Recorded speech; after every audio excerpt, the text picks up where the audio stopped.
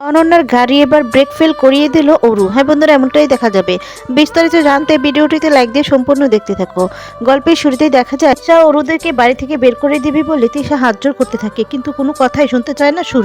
তখন বলতে থাকে, অনন্যা তুমি একদমই এই কাজটা ঠিক করোনি, ঠিক আছে? নতুন বউ এসেই এই বাড়িতে অশান্তি লাগিয়ে দিয়েছো। এই বলে অনন্যার কাছে গিয়ে অনন্যাকে অনেক কথা শোনাতে থাকে। শ্যামলী তখন কিছুতেই সহ্য করে না। এখন বলতে থাকে যে কিসের জন্য ওকে দোষছেন আপনি? হ্যাঁ, আপনার ছেলে কি কোনো দোষ নেই? নিজের ছেলে দোষ সেটা কিছুই না। তখন শ্যামলীকে আবার কথা শোনাতে গেলে বলে একদম কথা বলবে না, চুপ চুপ, একদম চুপ। যত শাস্তি দেওয়া হোক না কেন ততটাই কম হয়ে যাবে। অনেক কথাই শ্যামলী বলতে লাগলে অনন্যা তখন বলে, শ্যামলী এবারের জন্য মাফ করে দাও না। মাফ করতে বলছি না, মানে বাড়ি থেকে বের করে দিও না প্লিজ। কারণ আমার জন্য যদি এই বাড়ি থেকে ওরা বেরিয়ে যায় তাহলে আমি নিজেকেই ক্ষমা করতে পারবো না। আমার নিজেরই মনে হবে যে আমি প্রথম এই বাড়িতে নতুন আসতে না আসতেই আমার জন্য এরা বেরিয়ে যাবে, এটা আমি কিছুতেই সহ্য করতে পারবো না। নিজেকে সারা জীবনও ক্ষমা করতে পারবো না। শ্যামলী বলে, আমি বলছি কি অনন্যা, তুমি না এদের পাকা ফাঁদে না পা দিও না, বুঝতে পেরেছো? এরা এরকমই। আর তখন বলে, না না, আমি ওটা বলতে চাইছি না শ্যামলী, কারণ আমার জন্য আমি নতুন এসেছি এই বাড়িতে, আমার জন্য যদি ওরা চলে যায় তাহলে আমি নিজেকে ক্ষমা করতে পারবো না। শ্যামলী এবারের জন্য অন্তত মাফ করে দাও। দেখো না শ্যামলী, যে অন্য কারো মানে অন্য কোনো ভাবে যদি কোনো শাস্তি দেওয়া যায় বাড়িতে রেখি। শ্যামলী বলে, অনন্যা আমি তোমার কষ্টটা বুঝতে পারছি যে তুমি সবে এই বাড়িতে এসেছো, এখন যদি তোমার জন্য সংসারটা ভেঙে যায় বুঝতে পারছি। আচ্ছা ঠিক আছে। এই বলে তখনই অপলাকে বলতে থাকে, আপনারা যাকে দোষারোপ করছেন তার জন্যই কিন্তু আজকে ক্ষমা পাচ্ছে। তখন বলতে থাকে, আচ্ছা ঠিক আছে, কিন্তু এর জন্য বাড়িতেই থাকবে, কিন্তু ওদের শাস্তি হচ্ছে ওদেরকে একঘরে করে দেওয়া হবে, ওদের সাথে আমাদের কোনো সম্পর্কই থাকবে না। আর তখন এই কথা শুনে অবাক হয়ে যায় অরু। তখন অনিকেতের কাছে গিয়ে বলতে থাকে, অরু এই সমস্ত মামা কি বলছে? আর তখন বলে, বাবা তোমার সাথে আমি একমত।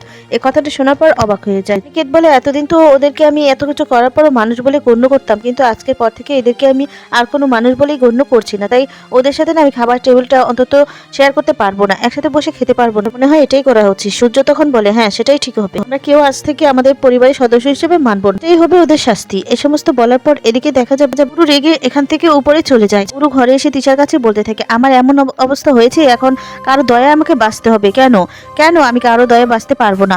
আমার এত খারাপ দিনও আসেনি যে আমি কারো দয়ায় বাঁচবো। আমি তো কিছু একটা করবো। কি ভেবেছে যে দিনের পর দিন ওরা আমাদেরকে দয়া করে যাবে, আমি ওদের দয়ায় বাঁচবো? না, তো আমি শব্দ ব্যবসাটা শুরু করেছি, আমাদের হাতে টাকা পয়সা নেই, তাই ওদের দয়ায় বাঁচতে হবে। আর তখন অপলা এসে বলতে থাকে, ওরু একটু বোঝার চেষ্টা কর। তখন বলে, কি কি শুনবো মা? ওই অনন্যা মেয়েটা প্রথম এই বাড়িতে এসেই এই সমস্ত মানে আমার সমস্ত কিছু ঘেটে দিয়েছে। তখন বলে, সেটা তো বটেই, ওই অনন্যা এই মেয়েটাকে আমাদেরকে যেভাবে হোক হাতিয়ার বানাতে হবে, ওই মেয়েটাকে উচিত শিক্ষা দিতে হবে। তো শ্যামলী থাকতে তারপরও তো অনেক কিছু করে আমরা খেতে পারতাম, অনেক মাথাটা করে খেতে পারতাম, কিন্তু এখন সেটাও তো হচ্ছে না। এখন সেই অনন্যা মেয়েটা এসে সমস্ত কিছু আমাদের শেষ করে দিয়েছে। তখন বলে, কিন্তু অরু আমাদেরকে তো ওই অনন্যা মেয়েটাকে যেভাবে হোক আমাদের বাগে আনতে হবে। আজকে ওর হয়তো বা সিম্পাতিটা আছে আমাদের দিকে, কিন্তু কালকে তো নাও থাকতে পারে। আর তখন অরু বলে, কি বললে সিম্পাতি? তাহলে তুমি কি ভেবেছো যে ওদের দয়ায় আমরা বাঁচবো? কখনো না। এবার থেকে যা হবে আমার কথাই হবে, এদেরকে আমি শেষ করে দেবো। যে আমার পথে কাটা হবে একদম জীবনের মতো করে তাকে সরিয়ে দেবো, তো অনিকেত হোক আর যেই হোক। এই বলে অরু সেখান থেকে চলে যায়। অপলা ডাকতে থাকে, কোনো কথাই শুনতে চায় না। এদিকে দেখা যাবে অনিকেত বসে থাকে, ল্যাপটপ নিয়ে ঘাটাঘাটি করতে থাকে। ঠিক তখনই চলে আসে অনন্যা এসে বলতে থাকে, ও তুমি কাজ করছো, আচ্ছা ঠিক আছে আমি চলে যাই। এই বলে চলে যেতে লাগলে অনিকেত তখন বলে, কি ব্যাপার অনন্যা, দাঁড়াও, কিছু বলবে? আর তখন বলে, মানে এই বলে অনিকেতের কাছে গিয়ে বসে। তখন বলতে থাকে, মানে শ্যামলী একটা ডিসিশন নিল আর আমি তার এগেনস্টে গিয়ে একটা মতামত দিলাম, সবাই আমাকে জাজ করলো, তাই না? আর তখন বলে, অনিকেত তুমিও খুব রাগ করেছো তাই না? আমি জানি তুমি রাগ করেছো, আসলে ক্যান্সারের ব্যাপারটা নিয়ে তো তোমরা অনেক দূর চলে যাচ্ছিলে, আমি এসে সেই প্রসঙ্গটা তুললাম, আর তোমরা মানে এর জন্য একজন বাড়ি ছেড়ে চলে যাবে, আমার না খুব গিল্ট ফিল হচ্ছে জানো। তাহলে আমি সেরকম ভাবে তো কোনোদিন পরিবার পাইনি, জানো তো, বুঝতে পারছি না যে আমার কেমন যে লাগছে। তারপরে দেখা যাবে অনিকেত বলতে থাকে, অনন্যা তুমি কি বলতে চাও আমি বুঝতে পারছি। শ্যামলী এই পরিবারটাকে আগলে রাখে, এক সময় আগলে রেখেছে। শ্যামলী এমন কিছু করবেন না বা চাইবেন না যাতে করে এই পরিবারে দাগ পড়ে যায়। উনি যা ডিসিশন নেবেন সবকিছু ভেবেচিন্তেই নেবেন। আর যদি তুমি আজকে এই যে অরুর কথা বলছো, অরুর যদি বাড়ি থেকে চলে যাওয়া নিয়ে মানে কোনো কিছু থাকে, তাহলে ওই যে শ্যামলী এই পরিবারে ভালো ভেবেই এটা সিদ্ধান্ত নিয়েছিল। সমস্ত ব্যাপারে আমি শ্যামলীকে অনেক জাস্ট করি, না আমিও তোমাকে বলছি তুমি ওকে জাস্ট করো। শ্যামলী তো তোমাকে পুরো সাপোর্ট করেছে, তো ভেবে চিন্তেই করেছে, তুমি কোনো ভুল করোনি অনন্যা। অনেকে তারও বলতে থাকে, অনন্যা আচ্ছা ঠিক আছে তুমি বলে ফেলেছো, আর তুমি তো সবকিছু জানো না তাই না, এই সমস্ত তুমি ভেবো না, ছেড়ে দাও। আর তখন অনন্যা বলে যে, আচ্ছা অনিকেত একটা কথা বলবো? আর তখন বলে, হ্যাঁ বলো। সবকিছু দেখে শুনে তো আমার এটাই মনে হচ্ছে শ্যামলী একজন উপযুক্ত বউ ছিল, এই পরিবারের জন্য বিশেষ করে উপযুক্ত ছিল। পরিবারের সবাই প্রত্যেকটা লোক ওকে কত ভালোবাসে, ওর নির্ভরও করে, পরিবারকে এত সুন্দরভাবে ও আগলে রেখেছে, কত ভরসা করো ওকে। হলে তোমাদের বিয়েটা কেন ভাঙলো কেন? কি এমন হলো যে তোমাদের বিয়েটা ভাঙতে হলো? আমার মনে হচ্ছে জানো তো তোমরা দুজনেই কিছু একটা লুকোচ্ছ। কি লুকোচ্ছ অনিকেত, বলো না আমাকে।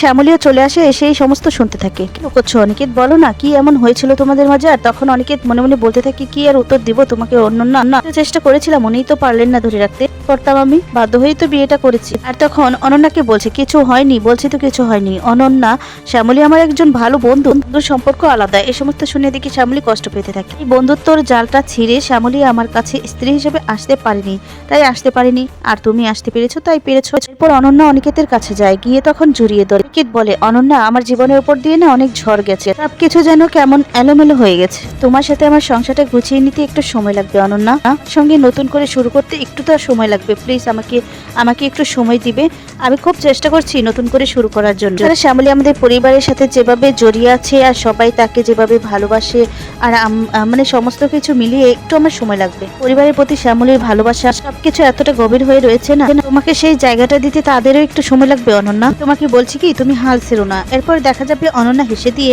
অনিকেতের কাছে যায়, আর গিয়ে অনিকেতকে ধরে বলতে থাকে যে না ছাড়ছি না তো, ছাড়বো না অনিকেত, হাল আমি কিছুতেই ছাড়বো না, চেষ্টা করে যাব। এরপর দেখা যায় এদিকে এই সমস্ত শুনতে পায় শ্যামলী, আর শ্যামলী তখন বলতে থাকে যে অনন্যা তোমার এই হাল ছাড়া আমি তো তোমাকে কিছুতেই হাল ছাড়তে দিব না, আর এই সমস্ত লড়াইয়ের মধ্যে তোমার সাথে আমি আছি, তোমাকে সবসময় সাপোর্ট করবো, তুমি চিন্তা করো না অনন্যা, তোমাকে এই বাড়ির বড় বউয়ের জায়গাটা তোমাকে দেব তৈরি করে, আর সবসময় তোমাকে তখন চোখে হারাবে সবাই, যেভাবে আমাকে হারা সংসারটা আমার বড্ড আপন গো, আমি সেটা তোমার হাতে তুলে দিব। সকাল হতেই দেখা যাবে সবাই খাবার টেবিলে বসে পড়ে, প্রিয়া প্রতিম মন্দার একসাথে বসে খেতে থাকে।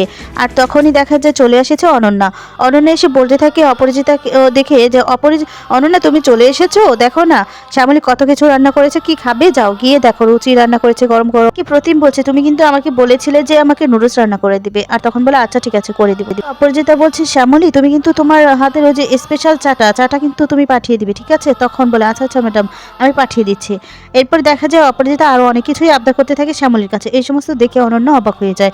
আর তখন মহিলাটি বলছে আমি এই চাটা বানাতে পারবো না, কারণ আমি ঠিক বুঝতে পেরে যাই যে তুমি এই চাটা বানাওনি, তোমার হাতে চা ছাড়া তো ঠামি খাবেই না। তারপরে শ্যামলী তুই কি এখানে এভাবে টিকটিক করে যাবি নাকি, অফিসে যাবি না? তখন বলে হ্যাঁ হ্যাঁ যাবো, তুই যা, তুই গিয়ে বাকি কাজগুলো করতে থাক, আমি আসছি। এরপর দেখা যায় সূর্য অনন্যাকে বলতে থাকে আচ্ছা অনন্যা তুমি অফিস যাবে না, সবাই তো অফিস যাচ্ছে। আর তখন বলে না না আমি কিছুদিন না ছুটি নিয়েছি, সবার সাথে সেভাবে তো আলাপ হয়ে ওঠেনি না। সূর্য বলে বুঝতে পেরেছি, কি দিনকাল পড়লো বলো তো, সবাই শুধু কাজ, কেউ কাজ ছাড়া থাকে না। যেমন এই যে প্রিয়া চলে যাবে ইউনিভার্সিটিতে, প্রতিমা চলে যাবে। আচ্ছা শ্যামলী তুই ওই মুখার্জিদের সাথে যেই ইভেন্টটা হবে সেই ফাইলগুলো দেখে নিয়েছিস তো? তখন বলে হ্যাঁ বাবা তুমি একদম চিন্তা করো না, আমি ফাইলগুলো দেখে ওখানেই একেবারে ভিতরেই রেখে এসেছি। এরপর বলি থ্যাংক ইউ। এই বলে অপরাজিতাকে বলে আচ্ছা অপরাজিতা আমি তাহলে যাই, হ্যাঁ উঠি।